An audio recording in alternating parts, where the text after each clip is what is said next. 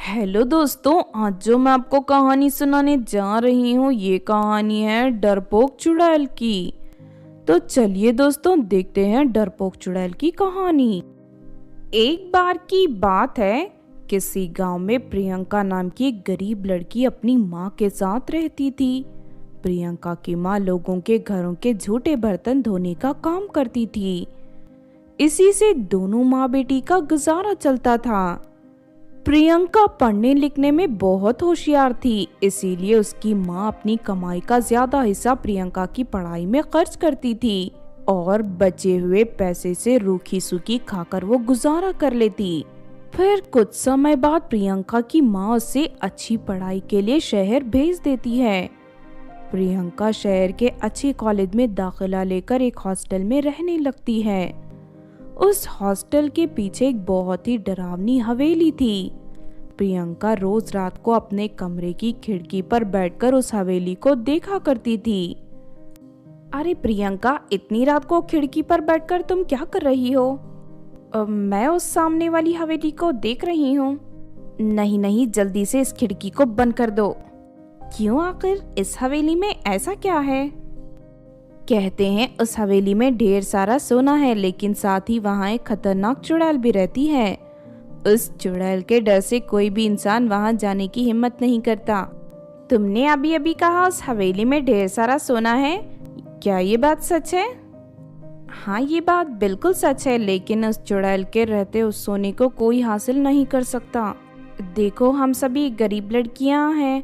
अगर वो सोना हमें मिल जाए तो हम अपने साथ साथ और भी बहुत सारी गरीब लड़कियों की मदद कर सकते हैं। तुम ठीक कहती हो प्रियंका, लेकिन उस चुड़ैल के रहते हम वो सोना कभी हासिल नहीं कर सकते। तुम इसकी चिंता मत करो, उस चुड़ैल से निपटने का एक बहुत बढ़िया उपाय है मेरे पास। कल रात हम दोनों उस हवेली में जाएंगे। बस मैं जैसा कहूँगी तुम बिल्कुल वैसा ही करना, फिर वो चुड़ैल हमारा कुछ नहीं बिगाड़ पाएगी। काव्या प्रियंका पर भरोसा करके उसके साथ हवेली में जाने के लिए तैयार हो जाती है। फिर अगले दिन प्रियंका काव्या को लेकर बाजार जाती है और वहां से ढेर सारा सामान खरीदकर वापस हॉस्टल आ जाती है। फिर दोनों रात होने का इंतजार करने लगते हैं। रात होते ही प्रियंका और काव्या डरावना मेकअप कर लेती हैं और दोनों दिखने में बिल्कुल चुड़ैलों की तरह दिख रही थी। उसके बाद वो दोनों अपने हाथों में 2 बड़ी बड़ी बोरियां लेकर उस हवेली में दाखिल हो जाती हैं। दोनों जैसे ही हवेली के अंदर पहुंचती हैं कि तभी वहां रहने वाली चुड़ैल उनके सामने आ जाती है। तुम दोनों कौन हो और मेरी हवेली में दाखिल होने की तुम्हारी हिम्मत कैसे हुई? हम दोनों दूसरी दुनिया से आई हुई चुड़ैल हैं। ये सुनकर चुड़ैल को बहुत गुस्सा आता है। तुम दोनों चुड़ैल हो तो क्या हुआ, इस हवेली पर सिर्फ मेरा कब्जा है। मैं तुम दोनों को यहाँ नहीं रहने दूंगी। चलो इसी वक्त निकल जाओ यहाँ से।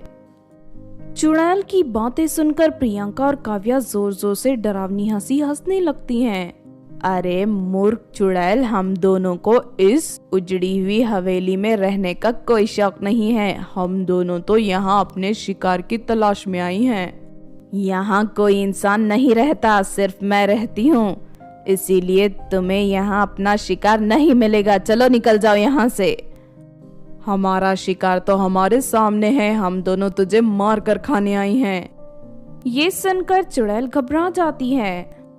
ये तुम क्या कह रही हो? तुम एक चुड़ैल होकर मुझे कैसे खा सकती हो? मैंने कहा हम दोनों दूसरी दुनिया की चुड़ैल हैं। हम इंसानों को नहीं बल्कि पृथ्वी की भूत और चुड़ैलों को मार कर खाती हैं। चल तू मरने के लिए तैयार हो जा। ये सुनते ही चुड़ैल थर थर कांपने लगती है।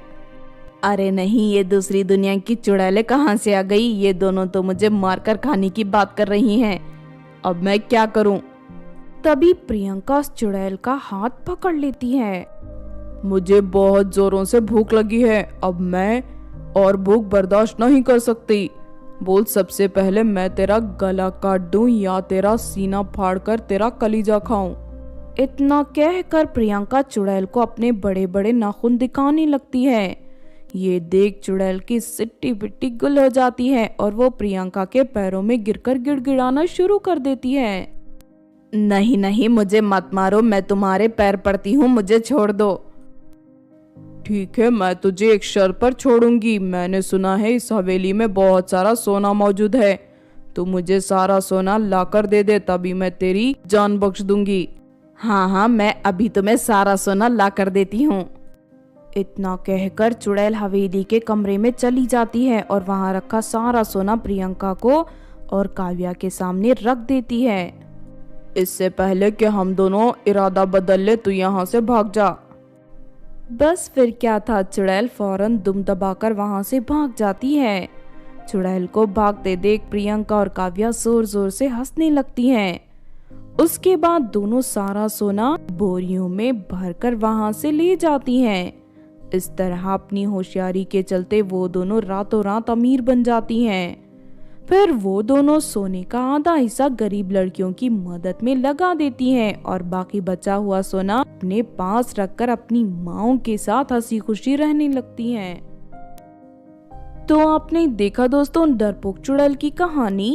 इस कहानी से हमें ये सीख मिलती है कि अगर हम अपनी बुद्धि और चतुराई का इस्तेमाल सही तरीके से करें तो दुनिया का कोई भी काम हमारे लिए नामुमकिन नहीं है। अगर ये कहानी आपको अच्छी लगी हो तो ज़रूर लाइक करें और हमारे चैनल छोटू टीवी को सब्सक्राइब भी कर लें। और हाँ दोस्तों, हमें कमेंट करके ज़रूर बताना कि आपको कहानी कैसी लगी।